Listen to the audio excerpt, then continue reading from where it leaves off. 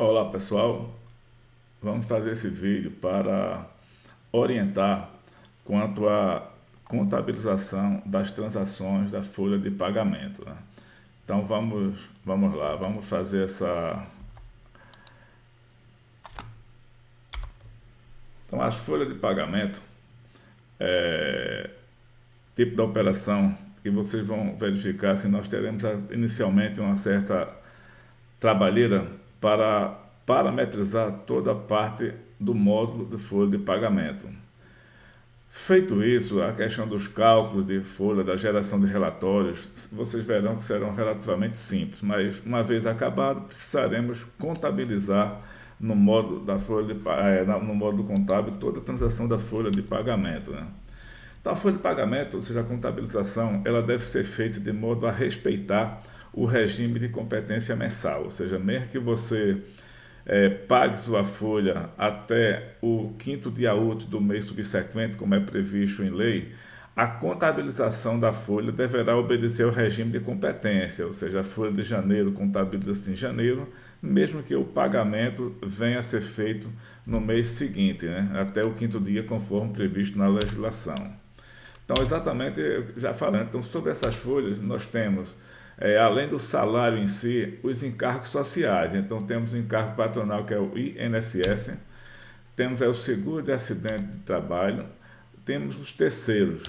Então, ou seja, esse seguro de acidente de trabalho é um percentual da folha que é pago para que, em caso de acidente, até 15 dias a empresa paga o salário do empregado, a partir do 16º dia o INSS assume o salário daquele empregado, né? Os terceiros são instituições que recebem suas contribuições através da folha, como por exemplo SESI, SENAI, IEL.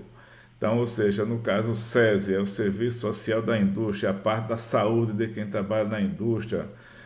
O SESC no caso para quem trabalha do comércio, o SENAC é o braço educacional do comércio, o SENAI é o braço educacional da indústria, e essas entidades são mantidas com um percentual que é calculado sobre a folha de pagamento, né?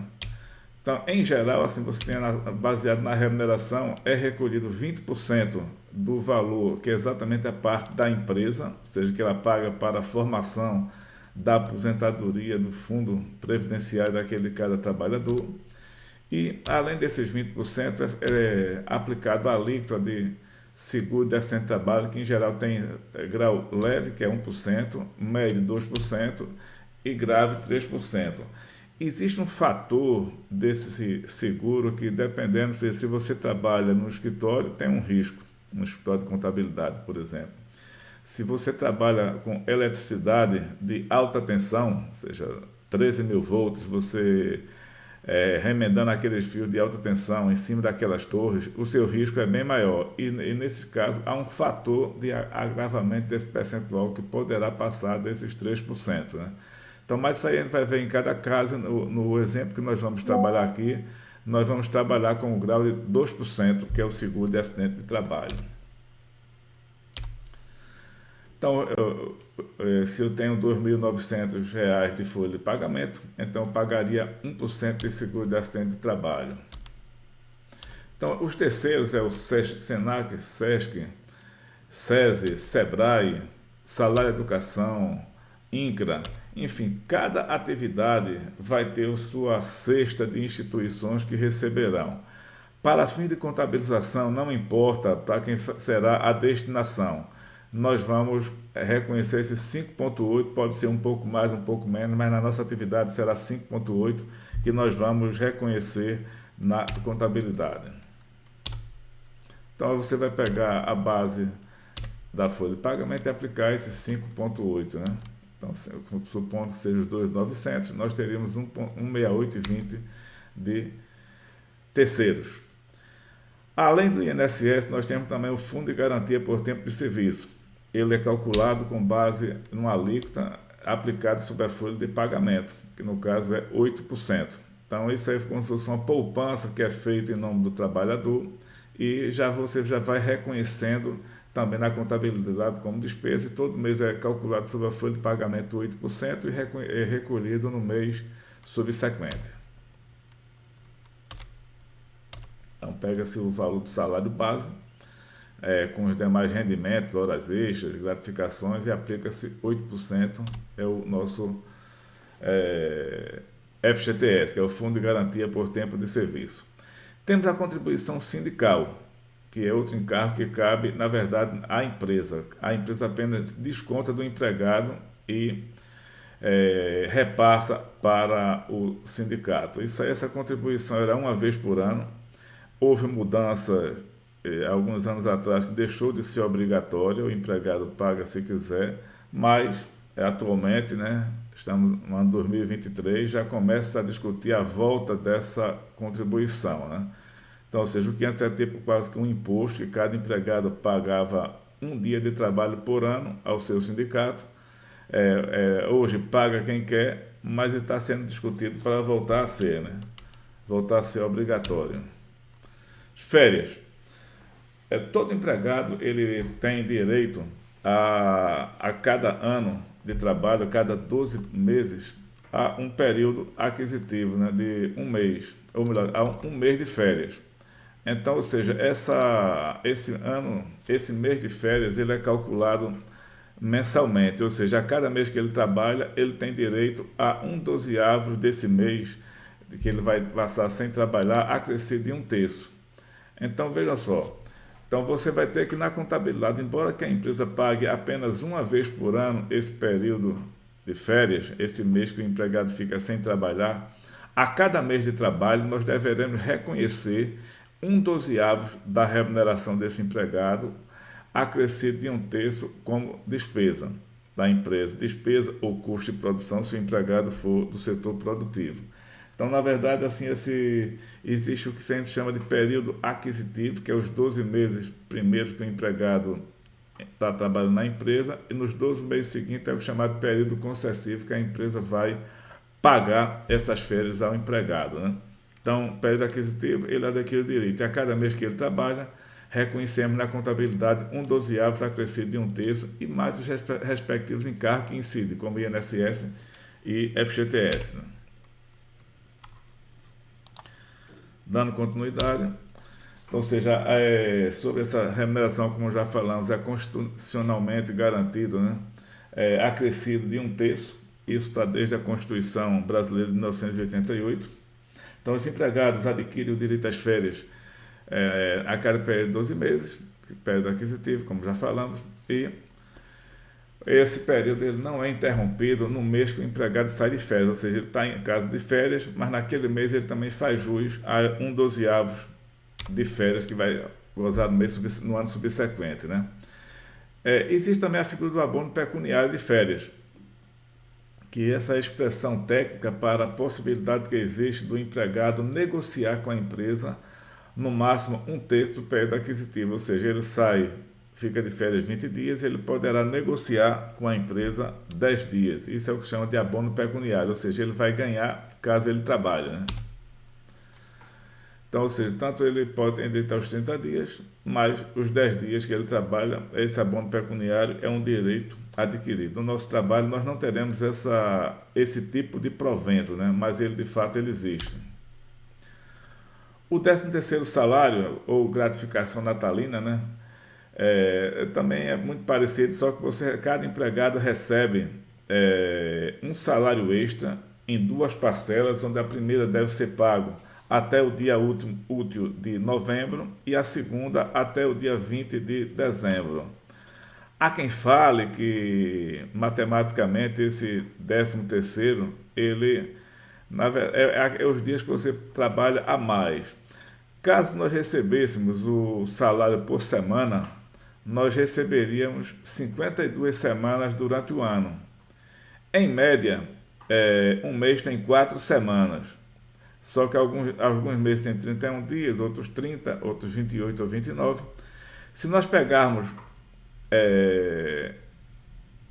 4 semanas vezes 12 dá 48 semanas. A diferença é que essas 4 semanas, que é o que dizem que é o 13º, né? Mas enfim, de qualquer forma, existe esse benefício que o empregado ganha e que ele é pago até o mês de dezembro, entre novembro e dezembro, e mensalmente precisa se reconhecer a provisão na contabilidade de 1/12 sobre esse valor que é pago no final de cada ano, né?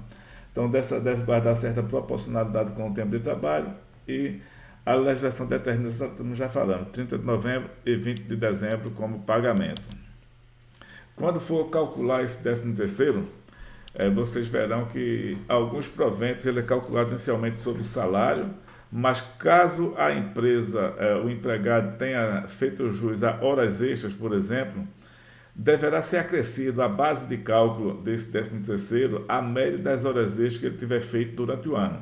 O mesmo acontece também com as férias, ou seja, sempre a base para cálculo dessa remuneração é o salário base, mais os proventos não habituais, ou seja, a média do período aquisitivo desse benefício.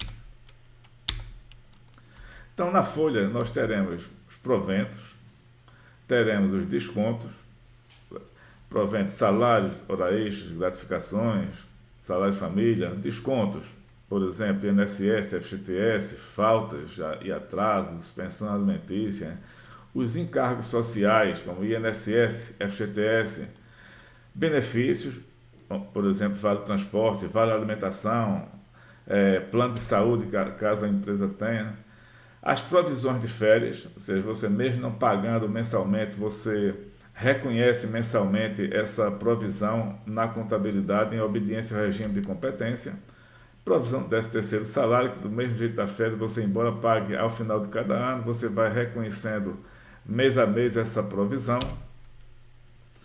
Então está aqui os proventos, que teremos salário base, hora extra, salário família, adicional noturno, ou seja, quem trabalha no período de 22 horas até as 6 da manhã do dia seguinte, você faz jus a um aumento, um percentual previsto de 20% na consolidação da lei do trabalho, né?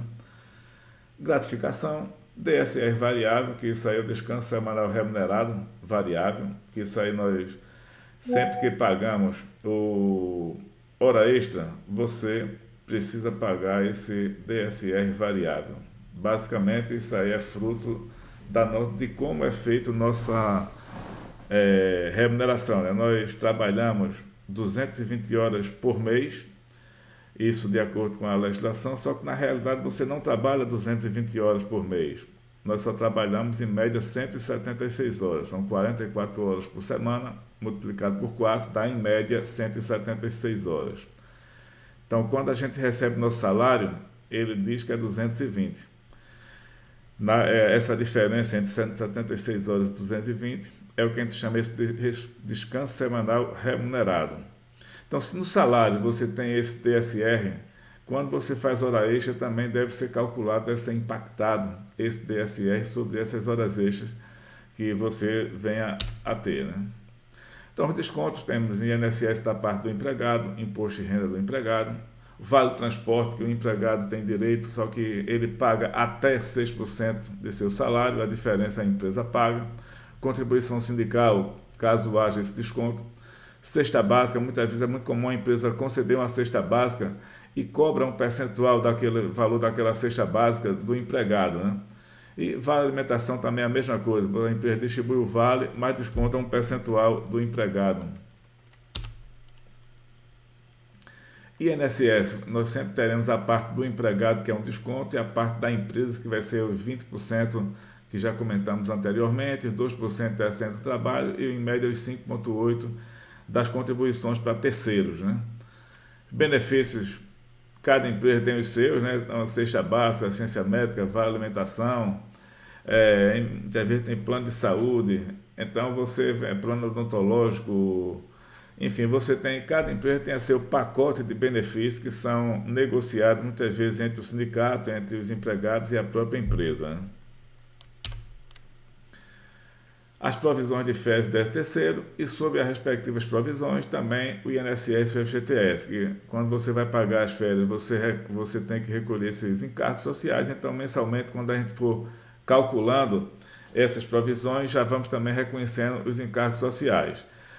O sistema de folha de pagamento já faz esse cálculo, desde que você parametrize corretamente, né? Então, essa provisão de FES e DES, desde que você coloque adequadamente as informações sobre encargos sociais, você vai ter esse valor já no relatório fornecido, né? Vamos agora falar da contabilização. Então, nós teremos os proventos e descontos. Então, todo provento, quando você for contabilizar, o crédito será na conta ordenados e salários a pagar. Enquanto que todo desconto nós vamos debitar a conta ordenados e salários a pagar. A diferença entre os proventos e descontos é exatamente o líquido da folha que deverá ser pago em geral no mês seguinte. Aí você vai debitar salários a pagar e vai creditar a caixa ou banco, né? Então nós temos que ter essas duas situações. Quando a empresa paga o salário dentro do próprio mês, o saldo final da conta salários a pagar sempre será igual a zero. Se não for zero, é porque teve algum erro de lançamento. Caso a empresa pague no mês seguinte, então o saldo da conta ordenada salários a pagar será exatamente igual ao líquido da folha. É comum algumas empresas, principalmente as empresas industriais, muitas vezes pagam o salário do operário, de quem trabalha na indústria, até o quinto dia útil do mês subsequente. O salário da administração paga até o último dia útil do mês. Então, nesse caso, o saldo da conta salários a pagar será exatamente o saldo do líquido da folha da produção. Então, você sempre entender como funciona a empresa, que você vai saber qual é o saldo que deverá ter na sua contabilidade.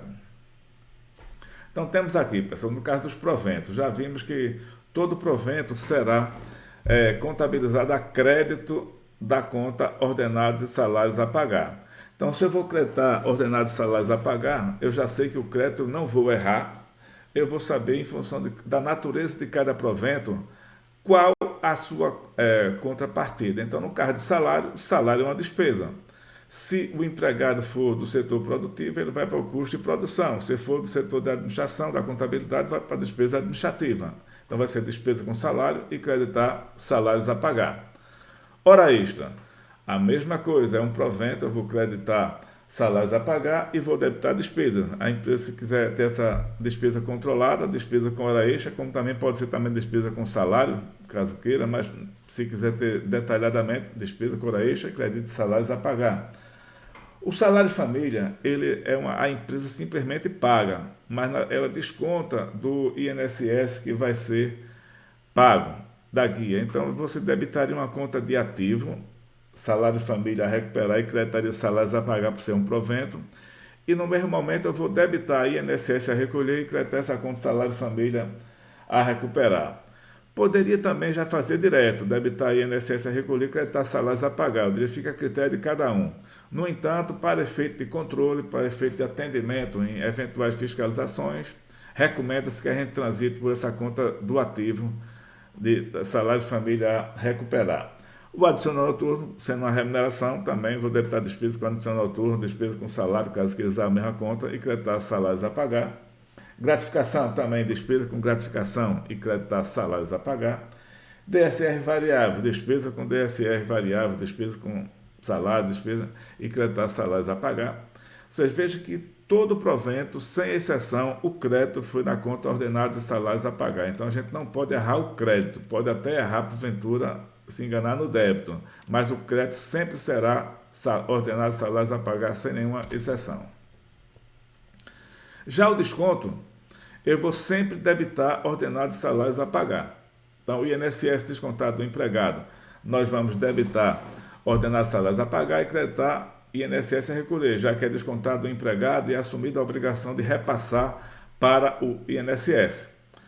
O adiantamento quinzenal, no dia 15, a empresa fez um adiantamento, debitou salários a recuperar, digamos assim, adiantamento de salário lá no ativo circulante, creditou bancos. E no final do mês, como esse adiantamento do dia 15 sai como desconto no final do mês, você vai debitar salários a pagar e vai creditar adiantamento quinzenal lá no ativo circulante, ou seja, esse adiantamento sempre vai ser zerado no final do mês. O desconto do imposto de renda, a mesma coisa, a empresa desconta e assume a obrigação de repassar para a Receita Federal. Então, eu vou debitar ordenado de salários a pagar e creditar imposto de renda a recolher. E o líquido da folha, eu vou simplesmente pagar, né? Eu vou debitar salários a pagar e creditar caixa ou bancos. O encargo social do INSS é uma despesa, é obrigação da empresa. Então, eu vou debitar despesa com o INSS, ou custo, se for um empregado da produção, e creditar INSS a recolher. Do FGTS, despesa com FGTS e creditar FGTS a recolher. No mês seguinte, você paga, né? Provisão de férias, por 1/12, acrescido em 1/3, despesa com férias e creditar lá no passivo circulante, provisão de férias. Sobre os 27,8 de INSS, patronal, seguro assistente de trabalho, mais terceiros, calcular sobre esse 1/12, vou debitar despesa com INSS e creditar a provisão de INSS sobre provisão de férias, né? 8% sobre esse mesmo 1/12 acrescido em 1/3, despesa com FGTS e creditar provisão de FGTS sobre provisão de férias. Lembrar que essa despesa desse FGTS sobre as provisões é a mesma despesa do FGTS sobre a folha de pagamento. Agora, o passivo é diferente, porque eu vou reconhecer no passivo, no dia que eu pagar essas férias, eu não vou ter mais despesa de INSS e FGTS. Sobre as férias pagas, nós vamos debitar essa conta de INSS e FGTS sobre provisão de férias e creditar INSS e FGTS a recolher. 13º é muito parecido com as férias, só vai mudar a conta de despesa. Então, despesa com 13º, creditar a provisão do 13º. Despesa com INSS, creditar provisão de INSS sobre 13º. Despesa com FGTS, creditar FGTS sobre 13º. O DSR variável, como já falamos, né? Então, nós temos uma jornada semanal de 44 horas. Uma jornada mensal de 220 horas. A diferença é o que a gente chama de repouso semanal remunerado, né? Por lei, caso o empregado falte o trabalho, ele perde esse repouso remunerado. Então, se ele perde quando ele falta, é como se fosse um prêmio por assiduidade. Na hora que ele tiver hora extra, ele também tem que ter um ganho dos reflexos dessas horas extras nesse domingo que ele ganha sem, entre aspas, sem trabalhar, né? Então, basicamente é isso que é a parte da folha, pessoal. Então, nós precisamos realmente, primeiro passo é calcular a folha. Uma vez calculado e checado a folha, né? E calculado, garantido que a folha está correta, é você começar a contabilizar a sua folha, né?